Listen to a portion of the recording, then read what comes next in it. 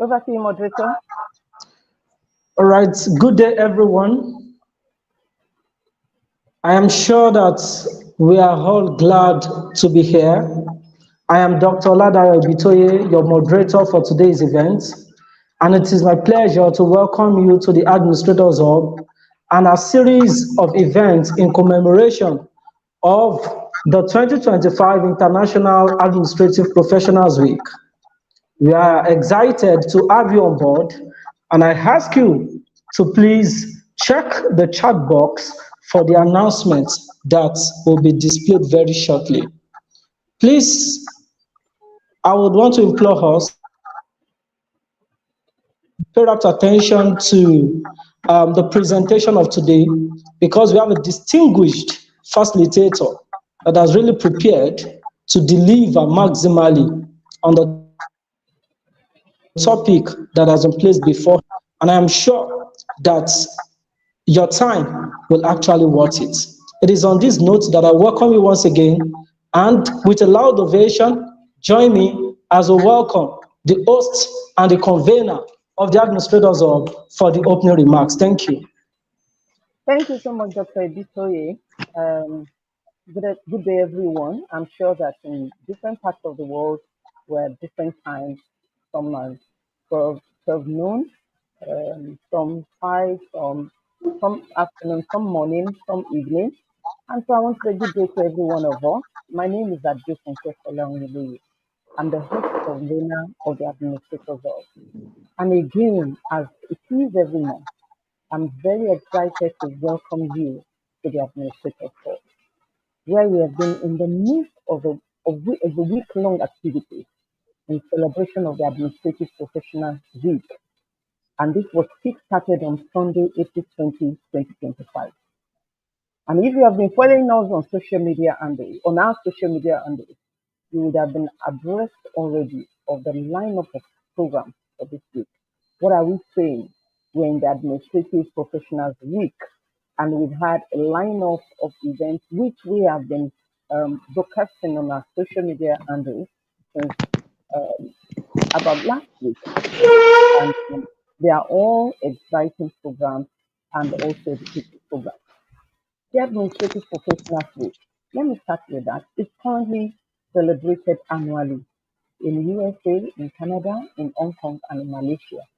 And it is celebrated in the last 2 weeks of April. And the Wednesday of the last 2 weeks of April is also celebrated as the Administrative Professionals Day. And so today, being the Wednesday of the last 2 weeks of April, is the Administrative Professionals Day. And I think it is in order to say happy Administrative Professionals Day to everyone that is logged on this evening. It is also worth noting that the Administrative Professionals Day is celebrated at other times of the year in South Africa, in Australia, and in Brazil.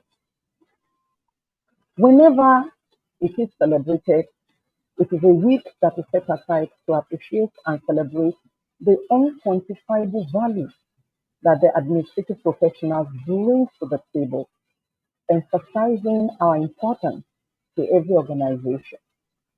Traditionally, this celebration is done by the exchange of cards, exchange of flowers, appreciation notes, lunch dates, and so on.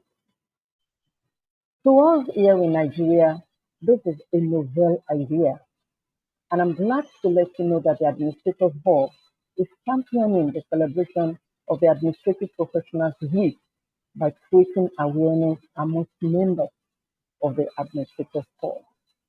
This awareness drive, which we commenced in 2024, with a week-long celebration, was marked by diverse activities which highlighted appreciation for the administrative professionals and also enhanced the knowledge base of our members through the several knowledge sharing series that were held.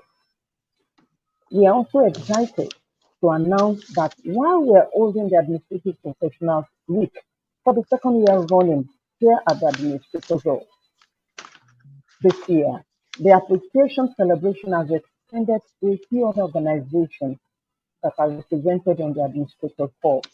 And today they shared with us some of the events that their organizations are staging or are staged in celebration of the week. We are therefore very excited to be blazing the trail in this part of the world in the celebration of administrative professionals. The theme for this year's celebration is the power of adaptability, thriving in a dynamic administrative landscape.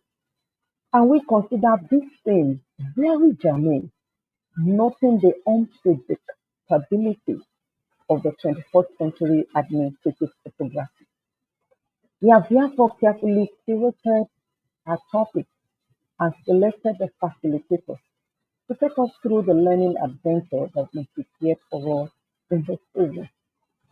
Specifically today, we are bringing up a renowned facilitator, HR specialist, with top research and faculty at Covenant University of Accra, a world-class university, and his name is Dr. Hezekiah O. It is not my duty to introduce him, and when it is time to introduce him, the person to do that assignment will do the needful.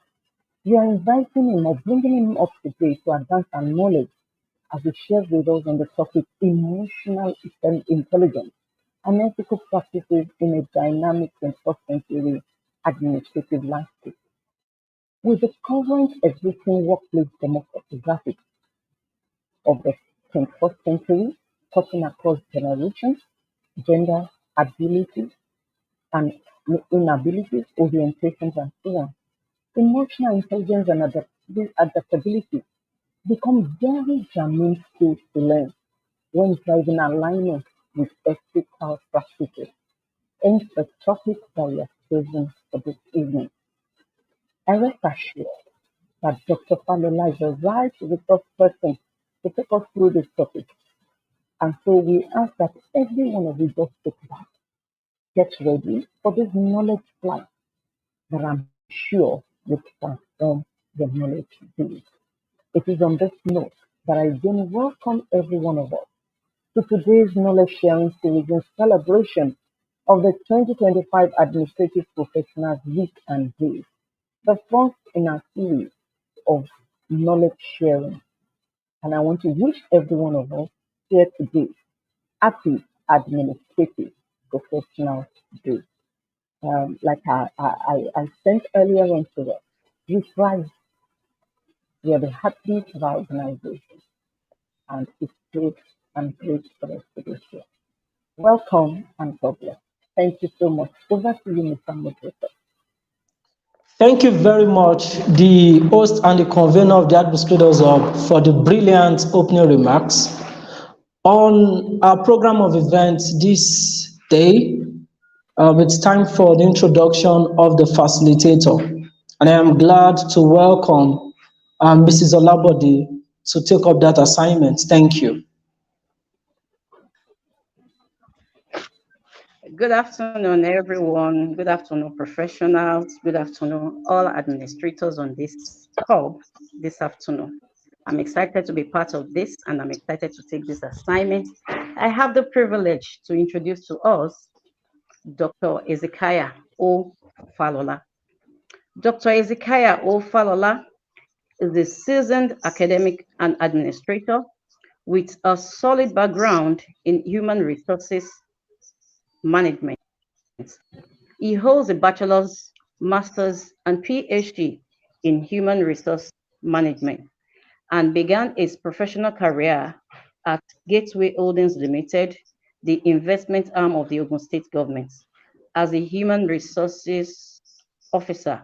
In 2013, he transitioned into academia, joining Covenant University as a lecturer.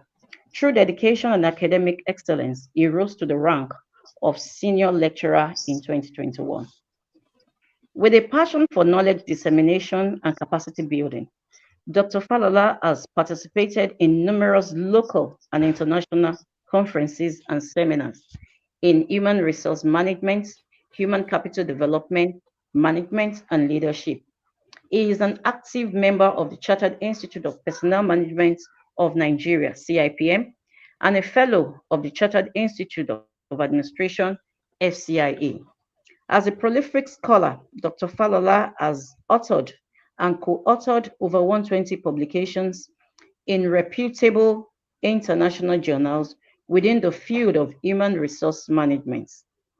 He is currently a member of the Research and Publication Committee of CIPM, an editorial board member and peer reviewer for several high-ranking academic journals.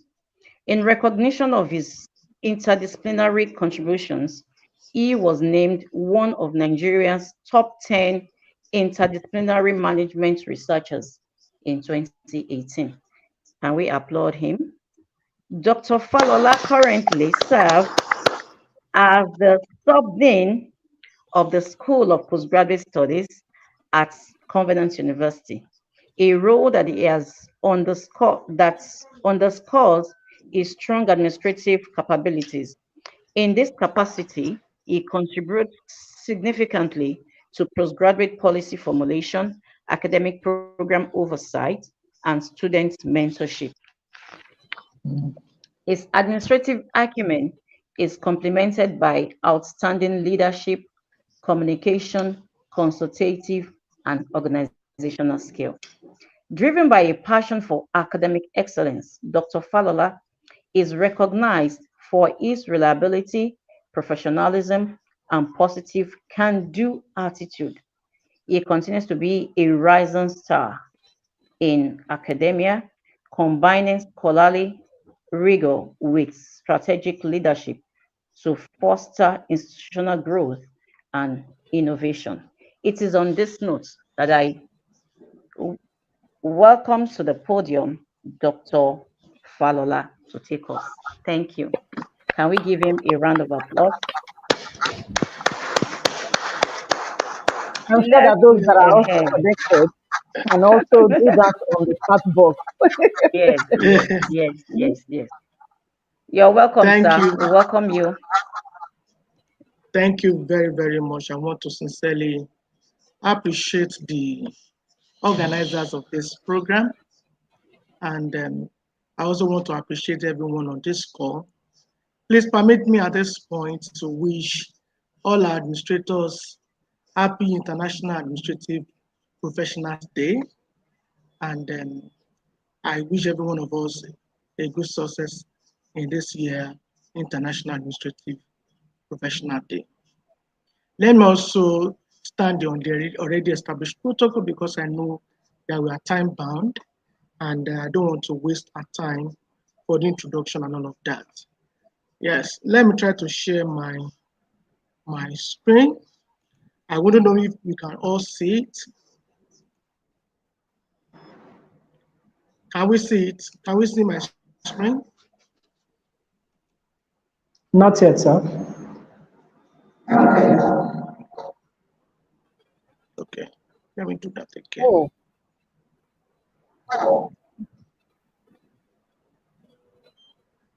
I was actually the one that did not that did not share it on the screen. That did not add it to the stage, and I had added it before you took it off again. But please go ahead, sir. Okay, Yeah. all right. Can we see it now? I, don't worry, they will see it. I've added it to the stage. Okay, all right. Thank you very much. Yes, I was given a topic, emotional intelligence and ethical practices in a dynamic 21st century administrative landscape. And I want to believe that this topic is very germane, particularly at this period, why every organization is striving to compete favorably with other organizations around the globe. So we believe so much that emotional intelligence and ethical practices are some of those things that we need to begin to pay attention to for every organization to actually achieve their strategic goals and objectives. Let me start by way of introduction that the 21st century administrative environment is defined by diversity and rapid technological advancement. Even if you look at this from the context of the business world, we believe so much that everywhere people are agitating advocating and for diversity and diversity management in organizations. Coupled with the fact that we have very rapid technological advancement, where organizations are deploying technological tools in order to do their work processes and all of that. In the process of doing all of this, it is very important for us to note that whether we like it or not, we have people from different sociocultural backgrounds with different beliefs, ideologies, experiences, and all of that coming together to work in an organization. And when you have people from different sociocultural backgrounds, it is possible that we have some conflicts or grievances or anything that can actually distort the administrative processes and all of that. And it is very, very important to begin to look at it, particularly from this particular perspective. Emotional intelligence and ethical practices are core competencies for effective administration. And going by this quote that we have displayed on the screen, we said, in the new world, it is not the big fish which eat the small fish. It is now the fast fish which eats the slow fish.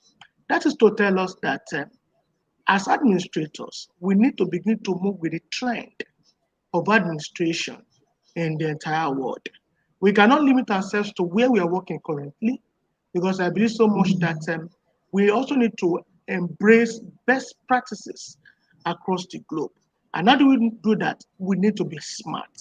And we also need to manage ourselves very well. The ability to manage ourselves will help the organization and individuals who are working in that organization to do what they are expected to do. Looking at this, the picture displayed on this screen, what do we see in this picture?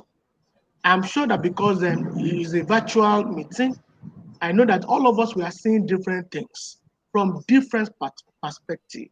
Some of us could see a group of individuals just playing together. Some of us could see a lady kneeling down. Some of us could see probably a lady having a laptop. Some of us could see somebody who is holding something and all of that. It depends on the way we are seeing it. It depends on the perspective in which we are looking at it. But if you look at it very well, for the purpose of this knowledge sharing this afternoon, I want to say that what we are seeing here is diversity. We have people from different places coming together to work as a team in order to achieve a common goal. That is what this particular picture depicts. But if you look at it very well, some of us we could have other perception to it. So now bringing this to the world of work, when you now have people from these different backgrounds coming together to work in an organization, it is very, very important for us to understand one another and at the same time try as much as possible to manage ourselves. Okay, so this is very, very, very important for us to note. And then, like I said, it's also very. Hello. Yes, I can see it now. What do you? Okay. That's the page I can see. Okay, that's fine. So as I was saying, it is very important for us to understand that we have diversity and all of that, and the ability to manage ourselves become very, very, very, very important. So, like I said, it depends on the way at which we are looking at it from different perspectives and all of that. But I think I've mentioned that we have a group of persons working together to achieve a common goal using different tools and all of that. Now, coming to the basic concept of the title, emotional intelligence. What does that mean? Simply put, is the ability of the administrators to recognize, understand, manage, and use emotions, both individual emotions and others, in positive ways to relieve stress, communication, communicate effectively, empathize with others, overcome challenges, and resolve conflicts. Let me explain some of these variables or constraints that we have in this definition. The ability of an administrator to recognize, understand, and manage, they are very, very important. And these are different concepts that we all need to understand. What does it mean to recognize? It means to pay attention, to identify. Well, if you look at it very well in the world of work, we have different emotions. We have what we call positive emotions and we have negative emotions.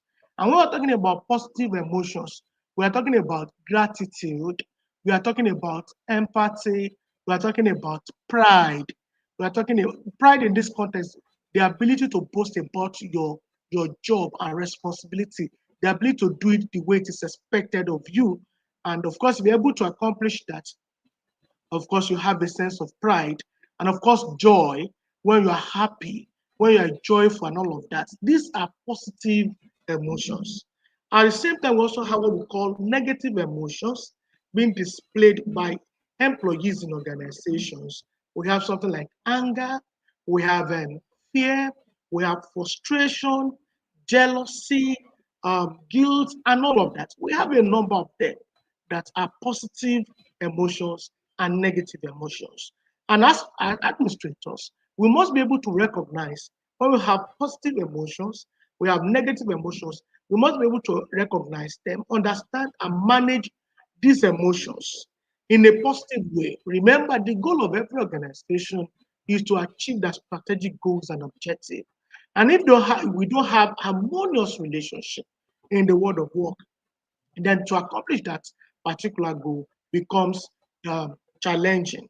And that is why we need to begin to pay attention to emotional intelligence. So we have a number of components of emotional intelligence, but my focus this evening will be centered on these five: self-awareness, self-regulation or self-management, motivation, social awareness, relationship management, or if you like, social skill. These are the five basic emotional intelligence components that I want to focus on this afternoon or this evening.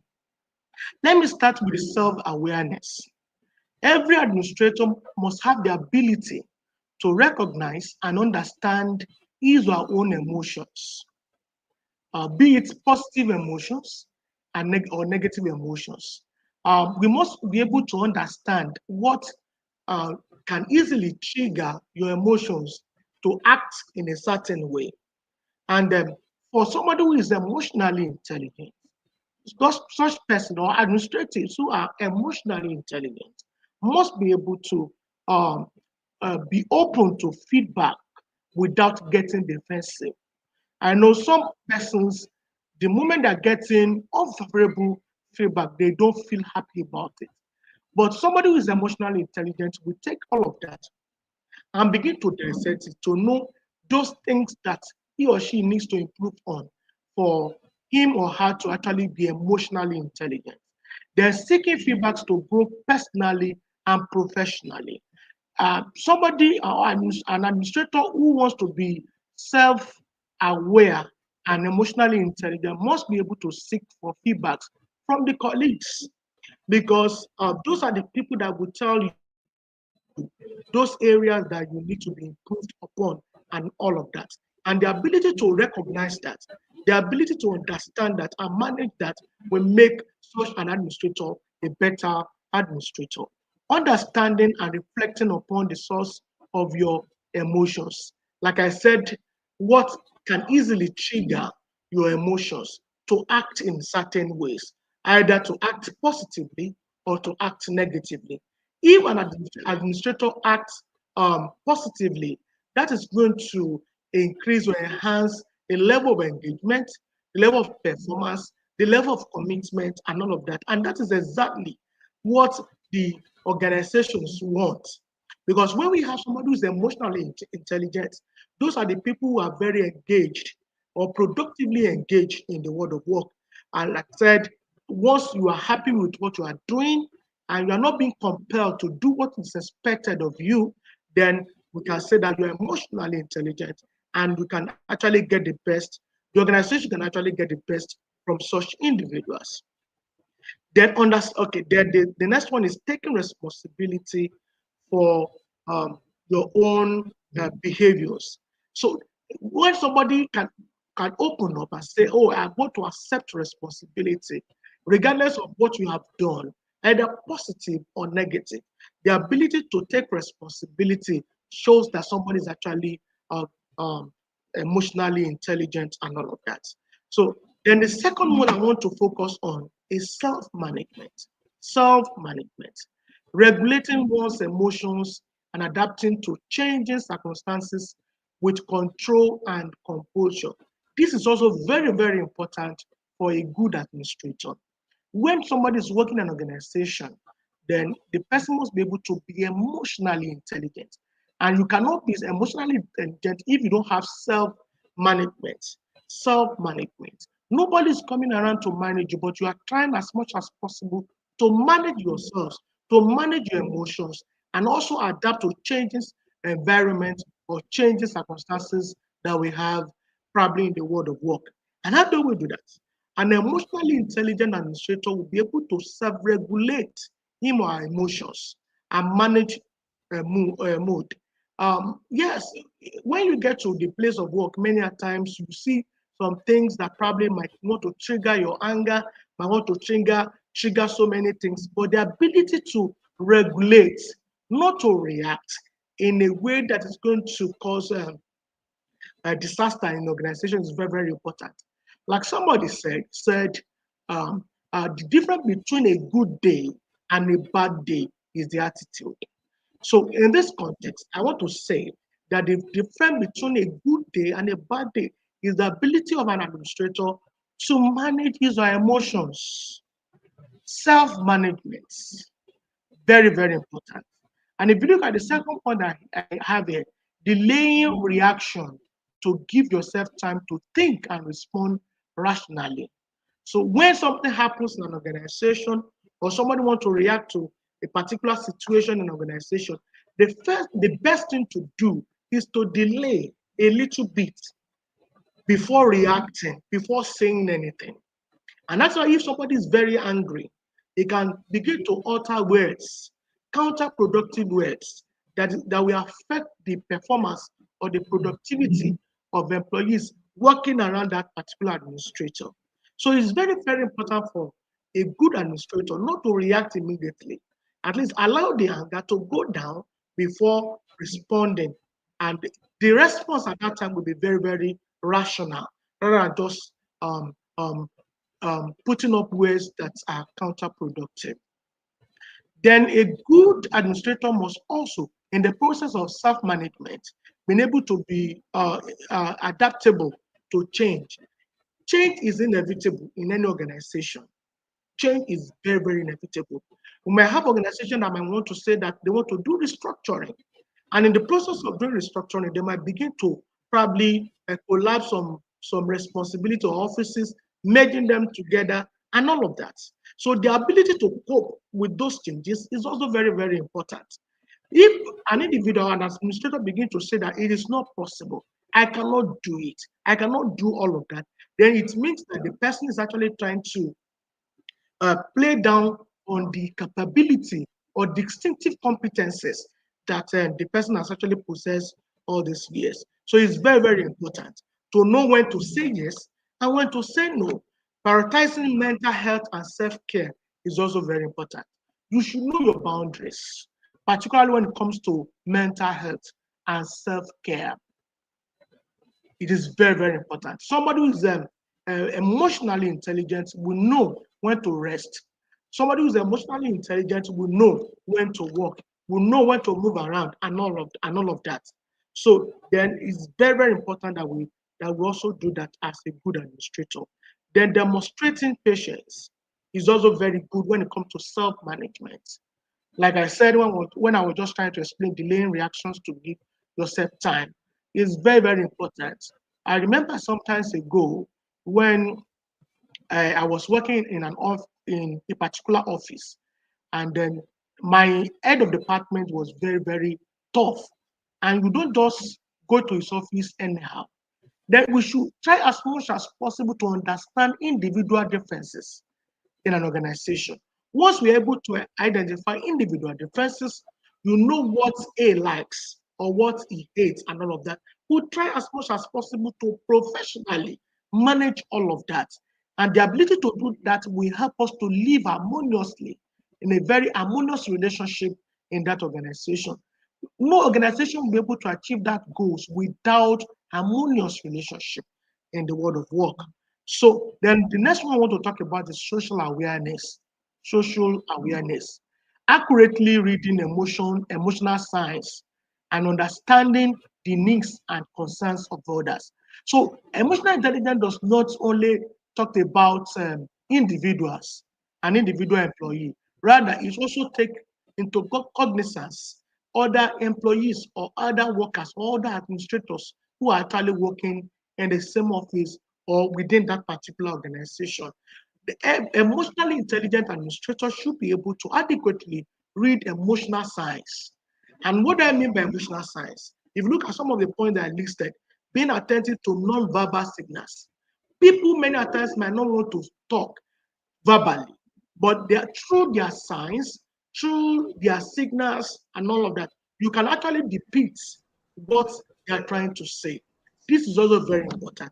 I remember when I was working in Gateway Holdings, the investment company of Ogun State government, our MD that time, there was a time was coming from outside. I never knew where it was coming from, but I could see on him that he was very angry. At that point, even if I have some things that I want to discuss with him, not at that point, because I know that I might not be able to get a very good response. We should be able to adequately read emotional signs. If somebody is not happy, if somebody is going through issues, if somebody is going through a lot, then we should be able to recognize that and look at the appropriate time where we can actually relate with such persons. So, attentive to non-verbal signs, very important as an administrator. Recognizing when somebody is upset, even if they have not verbalized it. Yes, it's also similar to what I've mentioned the other time. Yes, many times they are upset, but you can see it on them.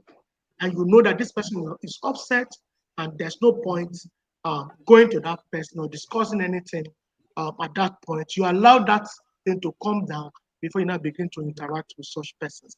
And even if they need help, then somebody who's emotionally intelligent should be able to offer help to such persons. Showing genuine interest in others, showing genuine interest in others is also very important when we show genuine interest in others. Recognizing and understanding cultural and socio-cultural differences in emotional expression. Like I said when we started, I said people came from different socio-cultural backgrounds to work in that organization, and they have so many diversity and all of that, and all of them will come to play in the world of work. Then, as a good administrator, an emotionally intelligent administrator, we should be able to recognize and understand these differences, social differences, and all of that in emotional expression. Recognizing one's feeling if you do not agree with them. Yes, it's not compulsory that you agree with whatever, all the things that are coming to tell you, but at least you should be able to uh, recognize their feelings and all of that. And at the end of the day, we'll probably look at it and all of that. Then the next one is relationship management. Relationship management. I've mentioned so many of them. I've mentioned self-awareness. I've mentioned self-management, social awareness. Then now relationship management. It simply means that all the administrators should be able to build strong interpersonal relationships among themselves, among the people who are working in that organization, managing conflicts and leading teams effectively. Team simply means together, everyone achieve more. But there's no way an organization will be able to achieve more if we have conflicts almost every time, and we don't have the technicalities of how to resolve those conflicts or those issues. So it is expected that we build strong interpersonal relationships And this will help us in resolving conflicts constructively using conflict resolution skills. For many persons who actually did or you have read something about labor law, we have procedures of resolving conflict. You start with coming around the table and discuss it and find lasting solution to that. And if that will not work out, we have a panel of administration, we have a panel of inquiry, we have a national industrial court, and all of that. But the best thing to do is the ability to resolve issues or conflicts constructively within our own territory or within our own organization, not allowing those conflicts to escalate to the extent that we needed a third party to come and intervene and all of that. Being a good listener, even if you disagree, being a very good is very, very important when it comes to relationship management. Then actively developing trust with others, helping colleagues navigate their emotions during challenging situations, and encouraging open communication, both verbal and non-verbal communication. These are some of the things that we need to begin to put into practice as good administrators who are emotionally intelligent to be sure that we have a very good relationship, a very strong interpersonal relationship with our colleagues in the office. Then the last one I want to mention here is motivation. I know that motivation is a very complex concept, but for the purpose of this knowledge sharing, simply means harnessing inner drive to achieve goals, maintaining resilience, and inspire others. When you are motivated, then you have what we call a growth mindset. You want to grow in that organization. The moment organization is growing, it's also expected that individuals who are also working in that organization must grow. And somebody who's emotionally intelligent will know that those basic requirements or technical skills, soft skills needed to grow in the organization, they acquire all of them. That is for somebody who is emotionally intelligent. Then you should be able to look at that organization and see that even if I want to get to this particular level, what are the basic requirements? Then those are the things that will begin to motivate an individual and want to go into that direction for that person to grow with the organization. Then using step backs as learning opportunities must be resilience. Administrators must be resilient, maintaining a positive attitude even when faced with negativity. They're seeking to grow and develop emotional intelligence skills continually. So these are things that motivate good administrators to be effective and efficient in the organization. Now, I want to pause a while before we go into others, and I want to ask probably one or two persons to share with us. Based on your experience, can you describe a situation where high or low emotional intelligence change the outcome of a project or conflict? So maybe we entertain one or two persons and then we move forward because of our time. Let's take one person, at least so that we'll be able to So please, interact. if you are there on the chat box, you can share the experience. We only have those of us who can see on this particular app, but every other person is on the YouTube app. And if you are there, you can please listen to us. I can see that some persons are here with us live. You can share your experience as been requested by the facilitator. Facilitator, sir, maybe you tell us again what the assignment is so that our people can. Yes, I said based on the experience, the individual's experience, somebody can as well share with us a situation where high or low emotional intelligence changed the outcome of a project or conflict. Maybe with just one person.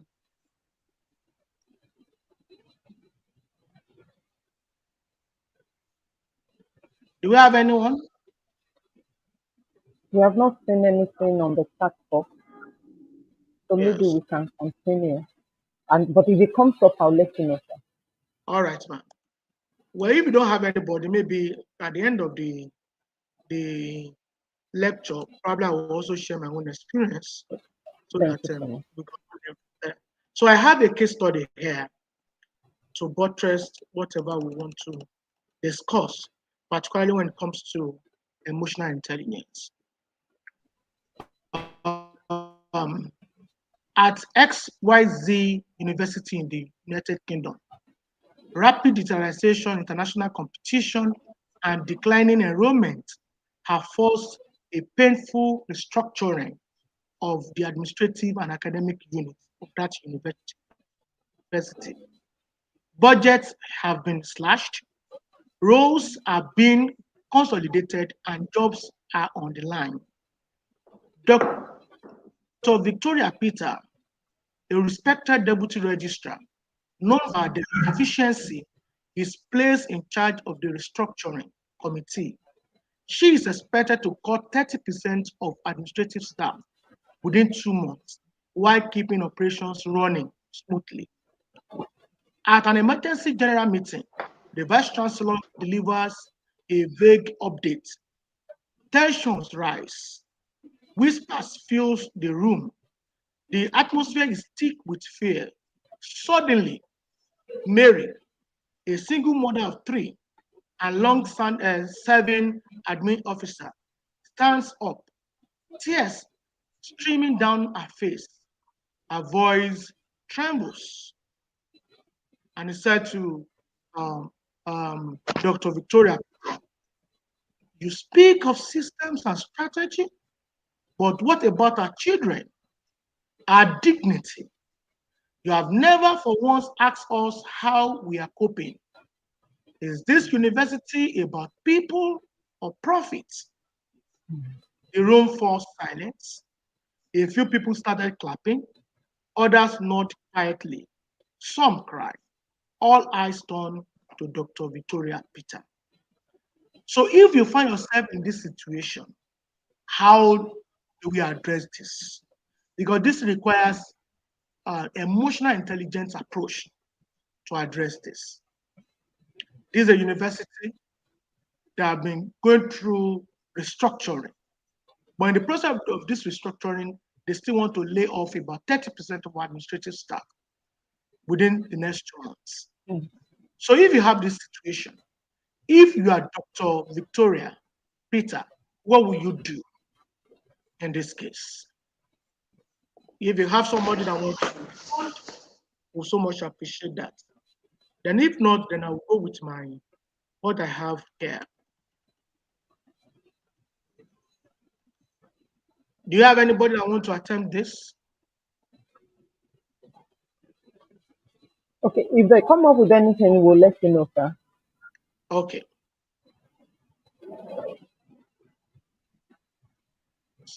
This is what I have. Dr. Victoria Peter, when in the process of addressing that particular challenge, took a deep breath. Mm. She walked down from the podium and stood next to Mary. Mm. And what she did at that time was she didn't speak immediately. She just listened. Then she said quietly, "I cannot promise this will be painless, Mm. but I can promise you will be treated like people, not numbers." That statement alone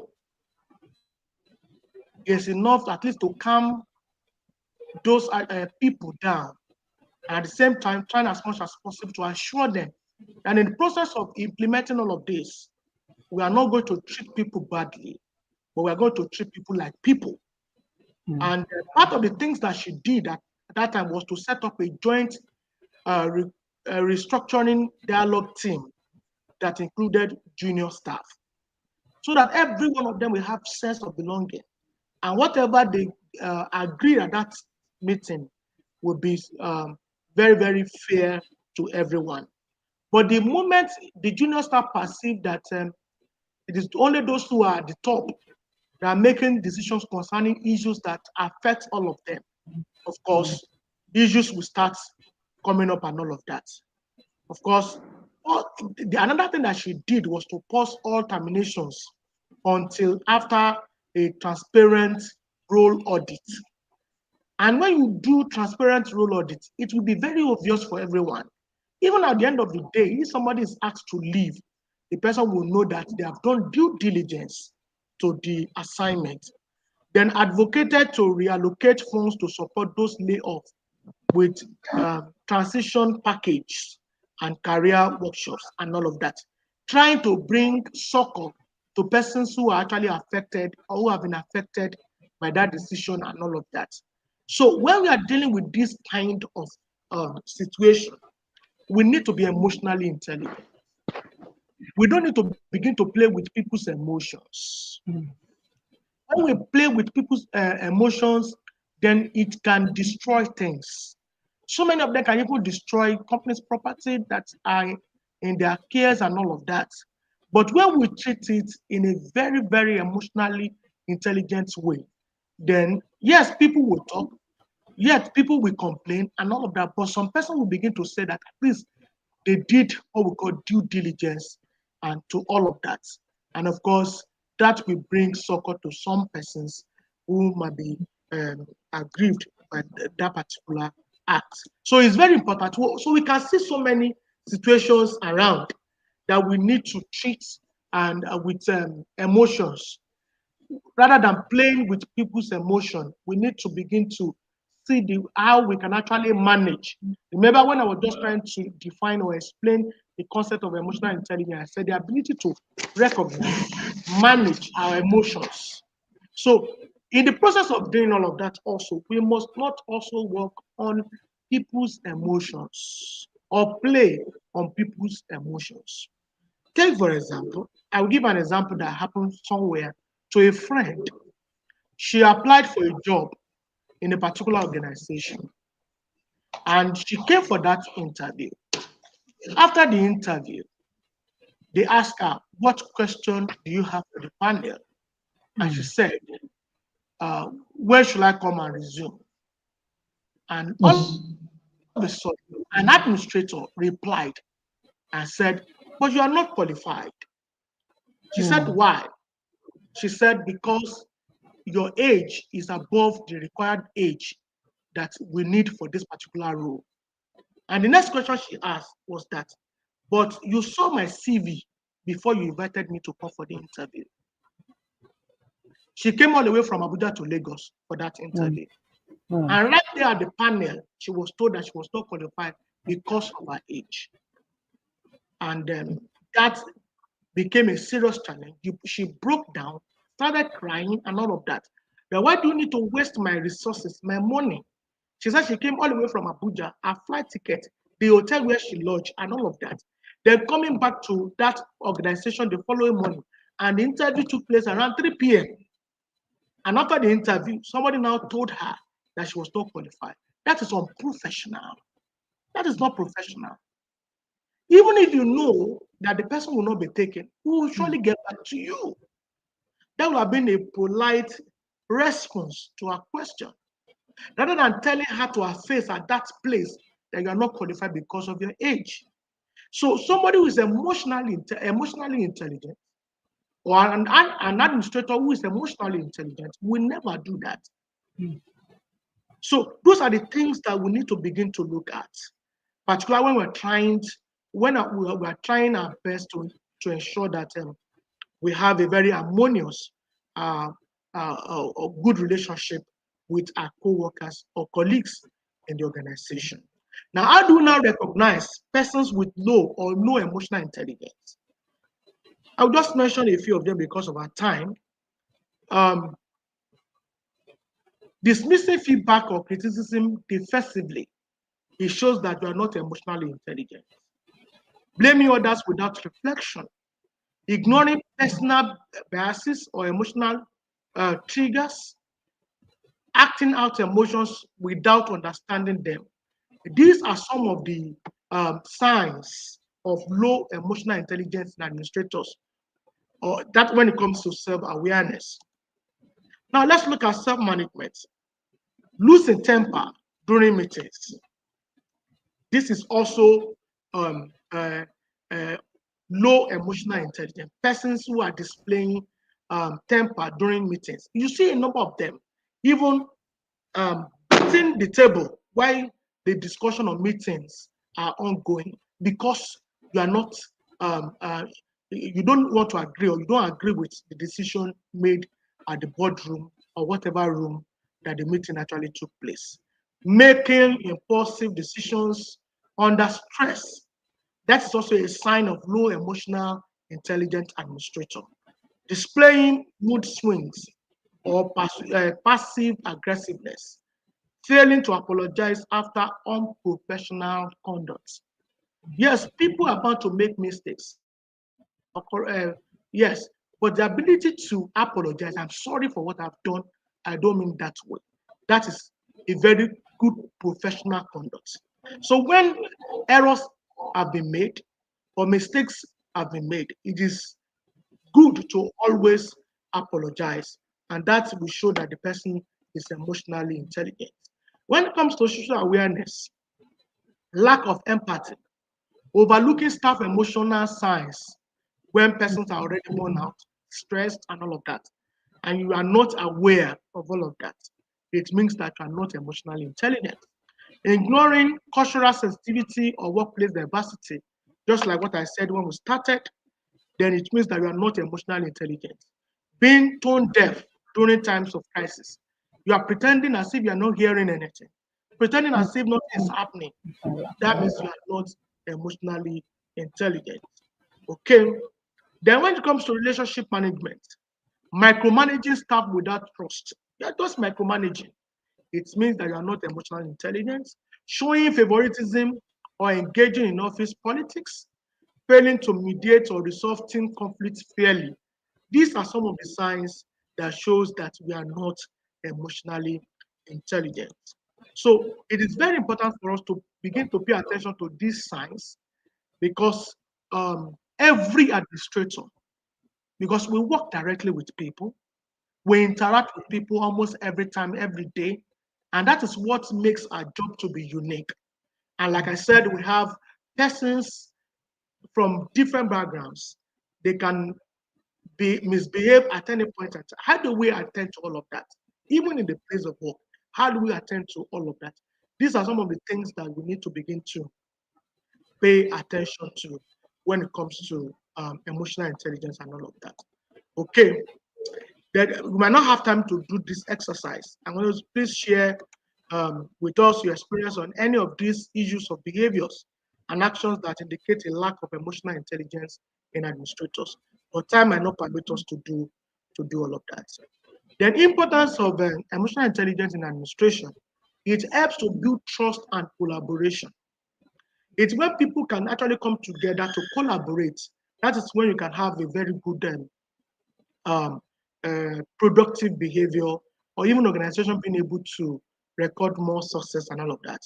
It also enhances communication and interpersonal relationships, just like I've explained that one. Facilitate change management, promote sound decision making under pressure, and resolves conflict constructively.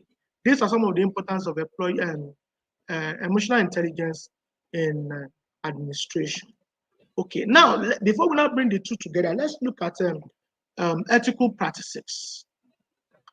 Acting in ways consistent with what society, organizations, and individuals typically think are good values.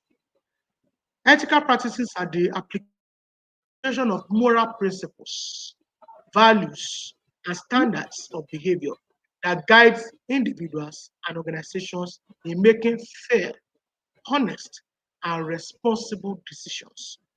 Ethical practices. Yes, some things and um, might be lawful, but they are not ethical. We can have situations like that. Lawful practices, but unethical. But in this context, we are looking at how ethical practices can be applied in a way that it will bring good behaviors in the organization. Because, like we know, that the essence of having good practices in organization is for the organization to grow and for the organization to maintain standards and all of that. So, what are the principles of ethical practices? integrity, fairness, accountability, respect for others, and transparency. Yes, I think I also need to mention something here. When it comes to integrity, this is very, very important. As a matter of fact, this is what determines if the organization is going to succeed or not. I remember when I was working in a particular place before coming to Commonwealth University, and I discovered that the MD was entitled to 400 liters of diesel every week. 400 liters of diesel every week. He has an official car being fueled by the organization. He has a driver. The organization is also paying for his domestic staff and all of that.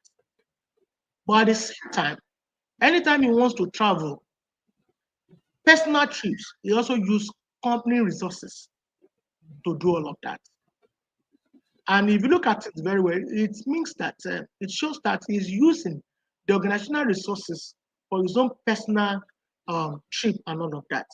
And I remember the process and control manager, she usually signed those documents before the financial controller will also minute on that and send to the person in charge of finance. But one of these days, the person in charge of process and control refused to sign. She said, she called on the PA to the MD and said, please ask the MD, I need documents that shows that the MD is going for an official trip. What happened that time? The process and control manager was also trying to protect her job and protect her discipline. But at the same time, the MD was not ready to tell the process and control manager what and where he was going at that time. And the process and control manager said, I am not going to sign this document. Well, it escalated, the board intervened, and at the end of the day, the MD was asked to leave, to go for compulsory leave, and then he never returned back to that organization. So what had happened in that case is that the process and control manager was also trying to manage and also trying to defend her profession. Because I could remember at that time, she was a lawyer, she was also an accountant. The woman in charge of process and control, she was an accountant and a lawyer. And she said she cannot continue signing all of this because of her integrity. And but thank God it was sorted out by the board, and the MD was asked to leave. At the end of the day, she also resigned and went to another organization anyway. But we have so many things like that that do play out when it comes to ethical practices. Let's look at this case study. Mr. Adewale is a senior administrator overseeing staff recruitment, a highly qualified candidate. Dr. Oluchi has passed every stage of the process for the position she applied for. She is known for her administrative excellence and integrity. However, a well-connected board member calls Mr. Adewale privately, requesting that his cousin, who did not make the final list, to be offered the position instead. The board member insists this is how things work, and warned that turning down the request may affect future funding opportunities. Mr. Adewale now faces a dilemma: uphold the merit-based process or bend to pressure for the sake of organizational relationship. What are the ethical principles at stake in this scenario? So because of our time, I'll quickly go into that so that we can finish right on time. Why ethics matter in administration? It's actually a foundation of public trust. Foundation of public trust. Very, very important. Guides decision making, prevents misuse of power, and support a positive organizational culture. If you look at these 4 dimensions that I've mentioned, you will discover that they are very critical when it comes to ethics in administration. foundation of public trust. The public, the general populace will have trust in that organization. But the moment we now begin to have issues around all of these 4 dimensions, then it becomes a serious problem. Okay. Real world ethical dilemmas in administration, misuse of resources. Just in the case of the person that I just mentioned, that was using company resources for personal use and all of that. The second one is nepotism or favoritism in hiring. Just like the second example that or the case study, the second case study that we looked at. Confidentiality breaches. Some of us or some of our administrators, probably we are privileged to be seated probably in the boardroom where decisions are being made. It is expected that we keep the confidentiality of that meeting. But these days, you discover that many of administrators will not begin to call people and telling them the decision of the board, even without the board coming out to tell the general public that this is what we have decided. That is unethical. Confidentiality breaches is unethical, and it should not even be mentioned among the administrators. Conflict of interest, managing whistleblowers, these are some of the dilemmas that we have. The ability to protect somebody who is raising an alarm that this has happened or this is about to happen. We must be able to protect that individual so that it will not be hurt or will not be affected by and whosoever is looking after that fellow. So let's now look at the intersect. I know my time is up, but let me quickly round off. The intersect of EI and ethics. EI enhances ethical awareness, empathy supports ethical decision making, self-regulation prevents unethical impulse, and social skill foster moral leadership. Let me also mention this. Some of the ethical practices that we have in the organization. When I was working as an HR officer in that organization, we asked somebody, one of the drivers, and somebody in the process and control department to go and get fuel for the company because when there's no electricity, we usually use diesel. And I needed to go and do another assignment. They have gone with one official car to get the fuel, and I went with another one. And I wanted to pick that guy to follow me to the next assignment. And when I got to that place, I discovered that all of them, they were looking somehow. And I was curious to know what is going on. And I stood by and said, I was looking at them. One of them came to me and said, it is where you are working, and you are going to have what you are going to eat and all of that, blah, blah, blah, telling me stories. Not knowing that he actually told the attendants to dispense 400 liters instead of 800 liters. And I asked him, what about the 400 liters? You are our boss.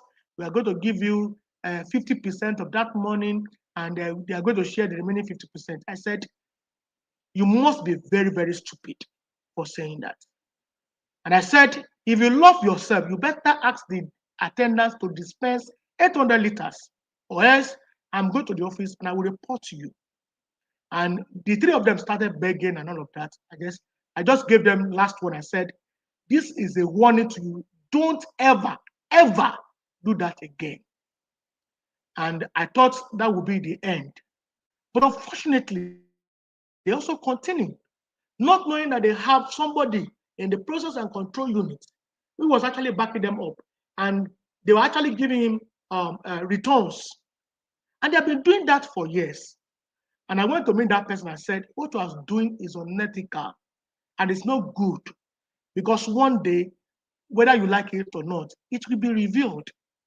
And lo and behold, less than 3 weeks, it was the managing director himself, the MD, that caught them. And when we are doing these sharp practices, we might think that we can do it perfectly and all of that, and nobody is saying us. But one day, it will become obvious, and you won't be able to say anything. The guy that was backing them up was not part of them the day the MD caught them.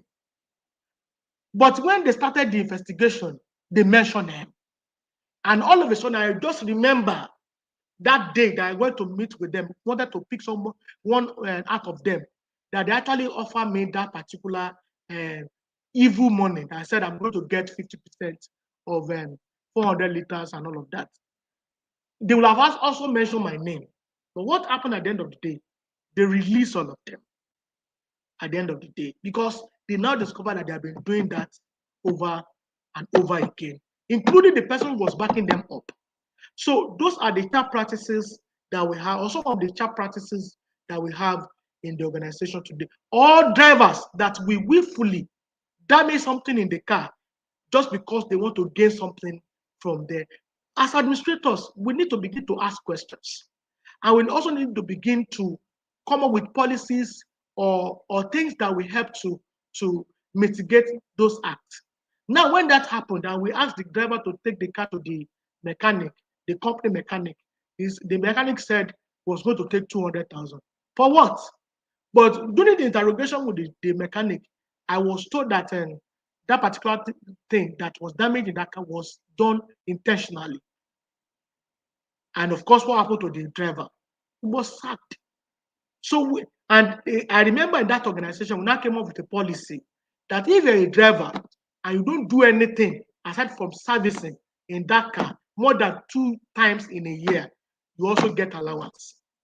And behold, throughout that period, we don't see any driver coming around to say that they wanted to repair something in the car. These are some of the chat practices that we have in the organization. And as administrators, we need to begin to look at all of this. Roles of EI in navigating ethical dilemmas, recognizing emotional triggers. What triggers emotions? Remember I said when we started, we have emotional, negative emotions and positive emotions. Considering the impact of decisions on all stakeholders, encouraging open dialogue and transparency, maintaining composure under scrutiny, and all of that. So I will soon finish in less than 3 minutes. I'm going to finish. Then we have key traits of emotionally intelligent and ethical administrators: self-discipline and principled.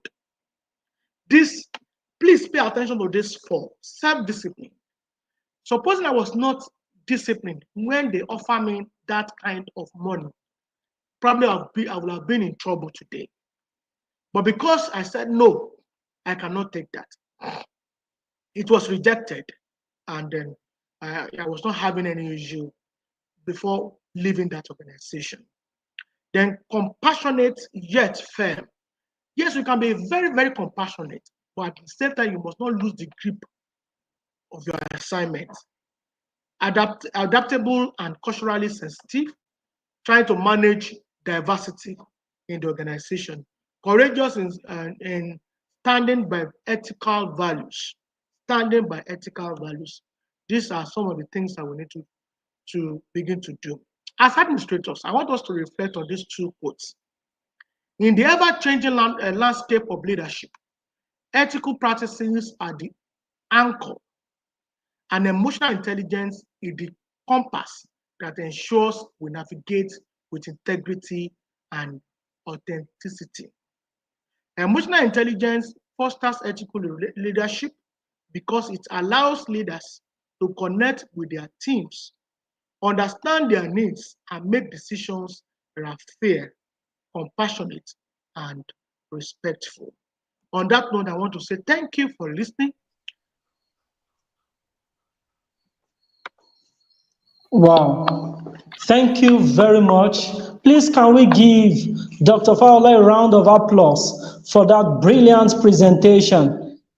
Please, can we give him a round of applause? Thank you, Let's thank have it you, thank coming. Let's you. have it coming. Let's have it coming on the chat box. Let's appreciate him. Yes, yes, yes. Wow, wow, wow, wow, wow. We deeply appreciate you, sir, Dr. Falola, for this brilliant presentation.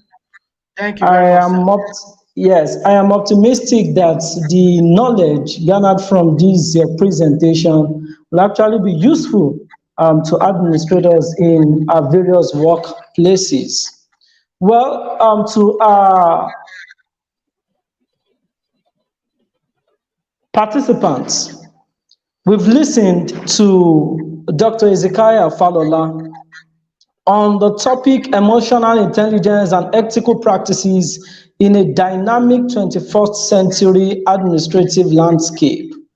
And Dr. Falola was able to make us understand that we need to embrace best practices in the organization that we are working as an administrator, notwithstanding the type of the organization that we are working.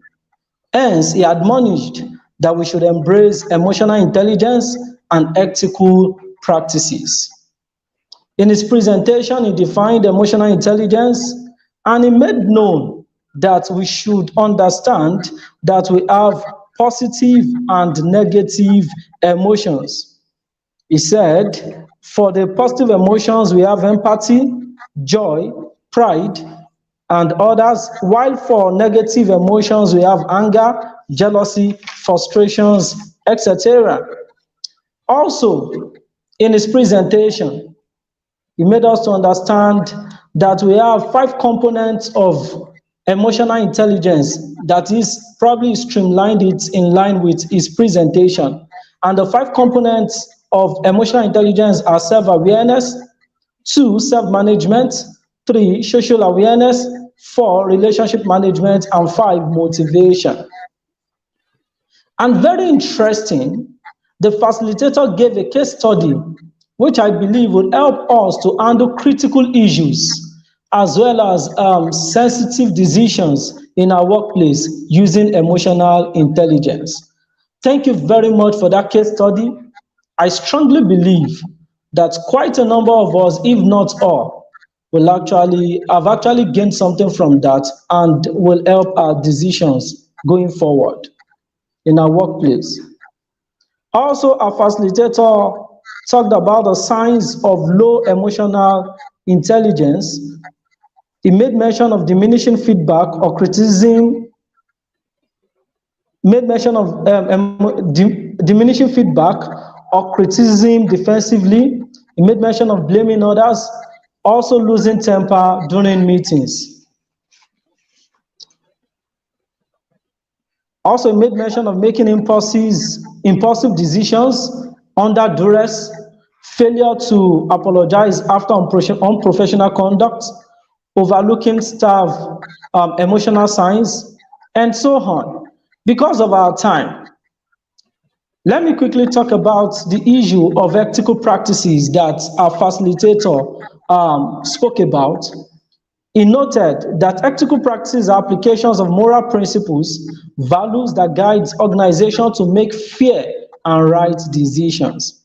And he made mention of the principles of ethical practices, talking about integrity, fairness, transparency, respect for others, and accountability. Like he did for that of the emotional intelligence, he also gave us a wonderful, very beautiful case study about ethical practices. And I am sure that quite a number of us, if not all, will actually take cognizance of the importance of embracing ethical practices in our workplace. Because of our time,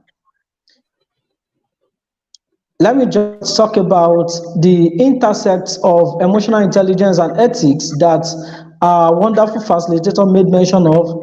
He noted that emotional intelligence enhances ethical awareness and that empathy supports ethical decision making. Also, that self-regulation prevents unethical impulses. He also discussed the roles of emotional intelligence in ethical practices. I'll just mention too that navigating what triggers emotions, as well as encouraging open dialogues. And he implored us to take note of the key traits of emotional intelligence and ethical practices as administrators. And they are self-discipline, 2, compassionate, but yet fair. You can be compassionate, but you must be fair, as well as to be courageous by standing with ethical values. These, among others, are among the great things that our facilitator actually delivered today brilliantly. And once again, I want us to please put hands together for our facilitator again for the job well done. Thank you, and thank you. Thank you very much, sir. Thank you very much, sir. I appreciate it. Yes, right about now, we'll be going to the session of question and answer. Question and answer. Please, if you have questions, you can type it on the chat box. I think we have one Please. here. All Okay, right, okay. ma'am. Sorry, I think it was a comment by Mr. Kubedo. Um, a great presentation, Dr. Falola. What sets a great administrator apart is not just experience or qualifications, but ethical intelligence. Intelligence. I think it was just a comment. When I saw it, I thought it was a question. Okay. Thank you, ma'am. Please, we can send in our questions. Our facilitator is set to answer our questions.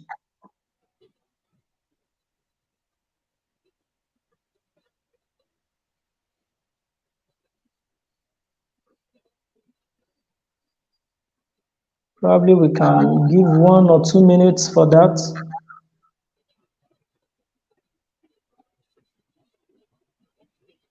Okay, let me check. Okay. Um, I think basically we just have appreciations.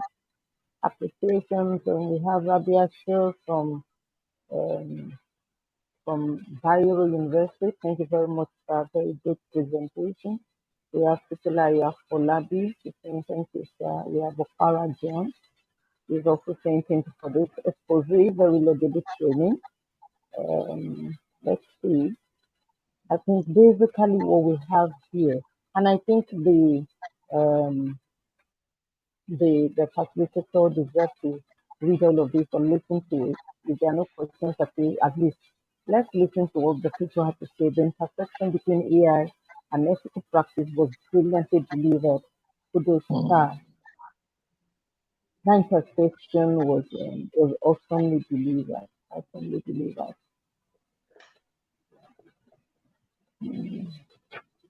Okay.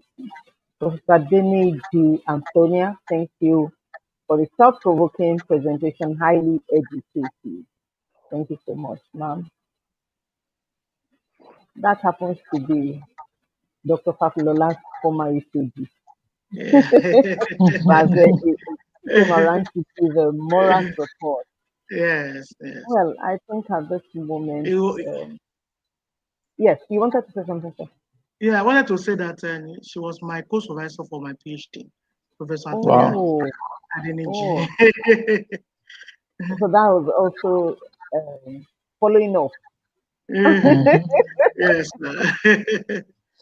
I think she's left now, but want to really appreciate her for showing up. Thank you so much, ma'am. Well, I think moderator, we can begin to draw this meeting to a close in the absence of questions. All right. Thank you very much, ma'am. The next thing on our program of events is appreciation. Appreciation. Okay. Well, on behalf of the host and the convener of the Administrators Hub, I want to sincerely appreciate our exceptional and distinguished facilitator, Dr. Hezekiah Falola. Are we clapping Thank you, sir. for the insightful and impactful presentation? Indeed, you brought your expertise to fore during the presentation. We are grateful, sir. Thank you very much. Also, our heartfelt thanks goes to the participants for your rapt attention and active engagement. Your comments, your kind words are highly appreciated. And that actually culminated into the success of this knowledge sharing series. On this note, I would like to say that we look forward to see you on Saturday when we are going to be having the second presentation. Thank you. Please join me as I welcome the host and the convener for the closing remarks. Thank you. Thank you so much, Dr. Edisoye. I thought you were supposed to say the last word and we'll wrap up. But you have dragged me into this again, and I want to then, my voice is that of the moderator for today to say a very big thank you to our facilitator. I could remember that it was sometimes in December or so that Professor Williams said, you should bring Dr. Falola. No, I think it was November because it was before he left the School of Postgraduate Yes. Studies. And he said, you must bring Dr. Falola to come and, speak to you on the administrators of. And I said, yes, that's a good idea.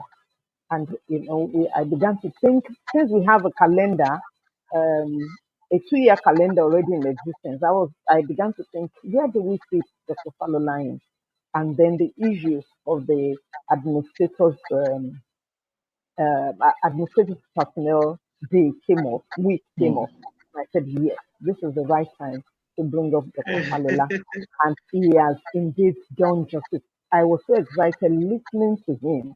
And I want to really believe that everyone that was a part of this presentation today and those that will join after now, or rather listen to it after now, we have a lot to take home and begin to shape themselves.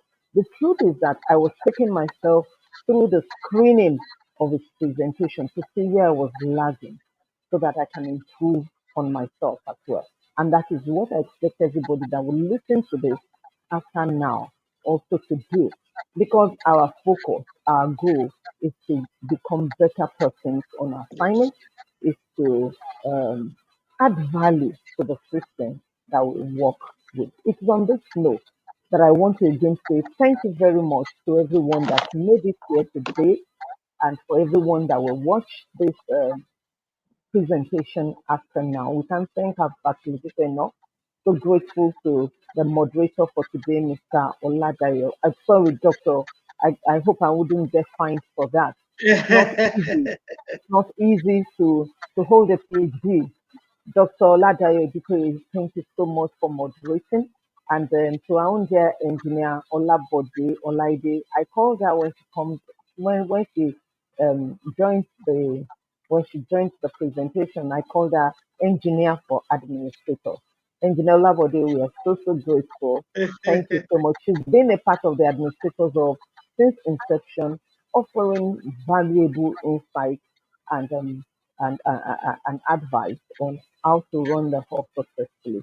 For everyone that's a part of the administrators of, for all our well wishers who have joined us today, we say a very big thank you to you. We look forward to seeing you over and again. Tomorrow we are going to be on Telegram, talking about adaptability. We are going to be on Telegram and we'll be taking two um, powerful administrators, one from Delta State University, the other one from Landmark University, and they'll be sharing their experiences with us and also showing us the way forward. I hope to see everyone that's here today also there tomorrow. Thank you so much for being a part of this event. Cheers and God bless. Amen. Bye. Can Bye. we say bye, Florence? Bye. Bye. Bye. Thank you. Bye.